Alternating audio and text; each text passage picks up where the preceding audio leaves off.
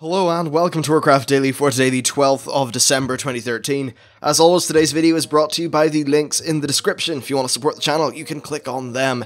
Now anyway, as for today's show, well, first of all I'm going to talk about the next 3 days, how things are a little bit busy for me, but maybe they'll affect the channel, I'm not particularly sure yet. And then we'll go into some Q&A, and finally I'll round off the actual news with some just talk about Connected Realms and all the stuff that's upcoming. Really, there is not much news today, but if you do want a very topical video from me, do check out the previous one. It's on YouTube copyright and all the crazy bullshit that's going on at the minute, and basically why a bunch of things that are happening with my channel and stuff like that are happening. Anyway, so the next 3 days, well, essentially, I have a university project thing. It's a group thing for XNA, which is using C# in Visual Studio. It's pretty fun, but as with all projects, they are subject to Parkinson's Law, which is that the deadline of a subject pretty much always expands, or like the time frame to complete it always expands towards the damn deadline. So the next 3 days are going to be hyper busy on the regular work front. Ideally, like, I will keep at least one video a day in the channel, but I don't promise any more than that, just until these 3 or 4 days are up. Then after that I can get back to normal, thankfully. So anyway, that's the next 3 days. Yeah, let's jump into the questions. So the first one is from Mike Robbins, and he says, why are all the orcs grey when attacking the temple in Shadowmoon Valley in the announcement trailer? Now, I would show you the trailer here, but I can't because of the new YouTube copyright like rules and things, so yay. But anyway, yeah, why are all the orcs grey? Good question. So the reason the orcs all turned green is because of the demon fell corruption after the drinking of the blood. And while the drinking of the blood, like, it was enough to corrupt some people, like, it basically corrupted all the orcs fully who drank it, but then even just other orcs that were around on the planet also got corrupted, but not as much. So that's why I say Druitan is still green, well, and Thrall is still green, but is not directly under the demon bloodlust. So anyway, why are these guys grey? Well, essentially, they haven't drank the blood yet, and that is the reason why they're grey. They are more their kind of regular orc colour, I suppose. Most of the skin colours for orcs seem to be, at least like back then, the kind of like reddish-brownish colour of Garrosh, and then some of the maybe like darker kind of greyish colours that we saw in the trailer. So yeah, that is what a natural orc looks like when it has not been all tainted by demons. Next, we have a question from Abtaje, I think, 03, who says, how old is Velen and what is his relationship with Archimond and Kil'jaeden prior to Sagaris messing it all up? Well, Velen's old. Velen is very old. I think he's over 25,000 years old. I know all the stuff with the exodus of the Draenei from their planet and from Argh. That happened way before the Well of Eternity and all that stuff. It's easily over 20,000 years. Very long time. So yeah, he's an old guy, and of course so are Archimond and Kil'jaeden. And the relationship between them was that they were the 3 leaders of their people. And the way this was done is, really, they were the 3 most proficient and powerful Eredar that were there. Now, the Eredar at the time, very peaceful, very intellectual. They were pretty good chaps, really. So yeah, they were good. As far as, like, the actual relationship between those characters, they basically treated each other as brothers. So, like, yeah, they were all cool, I suppose. That all changed, of course, when Sagaris came around. He corrupted, well, kind of corrupted. He convinced Archimond, Kil'jaeden that, like, all the infinite power and stuff, that they could go around and help. Like, help Sagaris shape, or well, I suppose more, not shape, more unshape the galaxy and undo the Titans' work. They, of course, were promised, you know, the usual infinite power, etc., that sort of thing, and they were like, oh, wow, sign me up. Velen, however, one of his special things, I suppose his special trait or ability, was foresight, and he could see that, well, these guys are actually demons, they're very evil, and I need to leave. So he gathered up as many followers as he could, and he used a Naru ship. Well, actually, the Naru helped him, and used that ship to escape the planet. They were hopping about the place for a good few thousand years, and eventually ended up losing the tail of the Legion, and settling on Draenor. Of course, Kil'jaeden would later find out where they are, and that's where all the first, like, the first, like, demon blood orc sort of stuff would come from. So the next question is from Velto El Navarrete? Navrate? Something like that. Hey, cool name. Anyway, the actual question is pretty much, do you think Worgens will ever have the ability to fight in human form? So it'll be like an optional thing?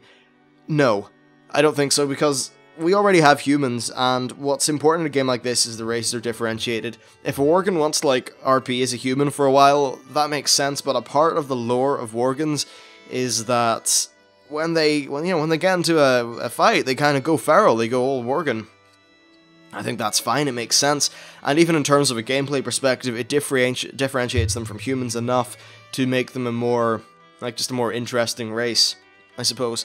So, yeah, I think that's the way it should be, really. Next question is from Grafsby8075, who says, we know that Slyvanas actually has a few Valkyr to help repopulate the Forsaken.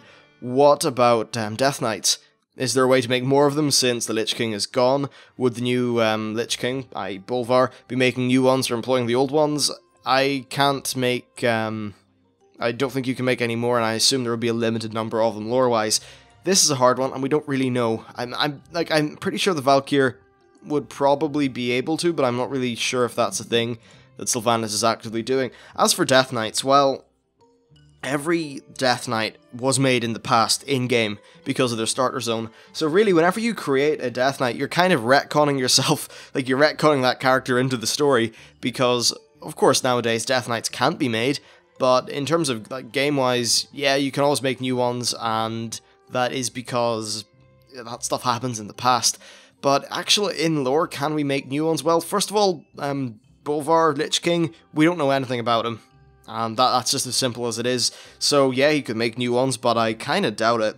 In terms of him employing the old ones, I don't think that would happen either. Like, the Knights of the Ebon Blade are that faction. And I don't really think Bolvar's had much contact with the outside world since he sealed himself up in the throne. In fact, one of the specific things he said is that nobody should know what happened. I'm not even sure if anyone, lore-wise, anyone beyond, like, us and maybe a few leaders know about Bolvar being still, like, there as the Lich King. So, yeah, it's a bit of a kind of weird thing, and it's just one of those plot holes that comes in a game, especially when one class is made by a villain who is later killed. It's the sort of thing you really need to just have a little bit of a suspend your disbelief, I suppose.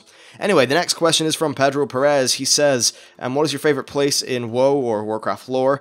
And of all the stories, there are some that still feel somewhat inconclusive. Which one would you like to see pushed forward and worked on in the future? Well, right now, I think we know that the one that's being pushed forward and worked on is the Legion. We've had numerous hints from Rathian, and I think just, like, based on what people were saying in BlizzCon, well, what developers were saying in BlizzCon, I'd say that, yeah, we're going to get the Burning Legion soon. As for things that I want to see pushed forward personally, it's weird. Like, I like the three major things they have going on. They have the Titans, they have the Burning Legion. I suppose they're kind of actually, all of them are interconnected. And then we have the Old Gods. I want every single one of these things to be pushed forward, because I think when they do the best, like, the times they do the best lore is when they are leaning on the three, like, the major themes. Like, you have Ulduar and the Titans, you have, well, Ulduar and the Titans, and also Ulduar and the Old Gods. Same goes for, like, Anchorage, as an example. Then when we move on to, say, the Burning Legion, I really enjoyed a lot of the raids and things in Burning Crusade, because I did end up doing a few of them near the end of the expansion after the nerf. I know, it doesn't sound great, but whatever. So yeah, I think of all the things I want to see more Titans in the game, because we haven't really seen any. We've only had hints dropped time to time, and I think they are severely underutilized. That said, though, a part of their appeal is kind of the lack of definite information and the mystery. I think the same goes for the Old Gods as well. So, yeah, I mean, it's hard to say. I'd love to see a Titan story, and if we do get a Titan story, I don't know what it is. If we get a Legion story, it will probably be them invading, and if we get an Old God story, it will probably be N'Zoth. So, yeah, overall, like, there's good stuff coming. They have great stories to use, and hopefully we get to see some of them done justice, which would be nice. Anyway, time to round off the show. Sorry this one's not going to be as long as normal. It's just, tired, need to get working. Right after this, I just need to jump into Visual Studio and sit there for, like, I don't know, 10 fucking hours straight. Anyway, Connected Realms. So, for the USA, these are the ones that are coming on the 16th. And we have Andorhal and Scala/Yersin. Crush Ridge is being added to Anubarak, Chromagus, Garithos, Nethrazim, and Smolderthorn. Ice Crown is being added to Malagos. Keldori is being added to Sinjin. On the 23rd, Antherion is being added to Mactherodon and Ysondra. Daromir is being added to Windrunner. Demon Soul is being added to Coilfang. Actually, no. Demon Soul, Coilfang, Dark Iron, and Dalvingir are being added. Draka and Suramar are being added. And then Velen and Eonar are being added. For January the 3rd, Akama and Dragonmaw are being added. Executus and Kalagos. Galakrond and Blackhand. Chandris and Bronzebeard. The Forgotten Coast, Balnazar, Gorgonash and Warsong being added. And then also, finally, Undermine and Anvilmar being added. And then for the EU, these are things that are starting off next week. For the English realms, PvP, Argh and Grim Patrol are being added. That is a Portuguese and an English realm, which is kind of interesting.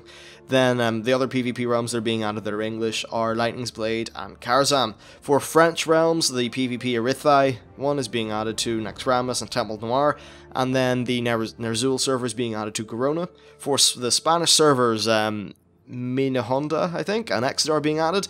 And that's awful damn pronunciation. Anyway, and for the Germans, the PvP RP realms, Das Syndicate, which means the Syndicate probably, and Die Argeschwat. I can't speak German, as you might have noticed. Anyway, that's it for today's show. I'm going to run off and do some XNA work. If you would like to support the show and you are purchasing something from Amazon anyway, then I'd really be kind of humbled and yeah, all that stuff. If you were to use some of the links that are in the description, it really helps me out. If you enjoyed the video, like, subscribe, blah, blah, blah, blah, blah. Thank you for watching, and I'll see you next time.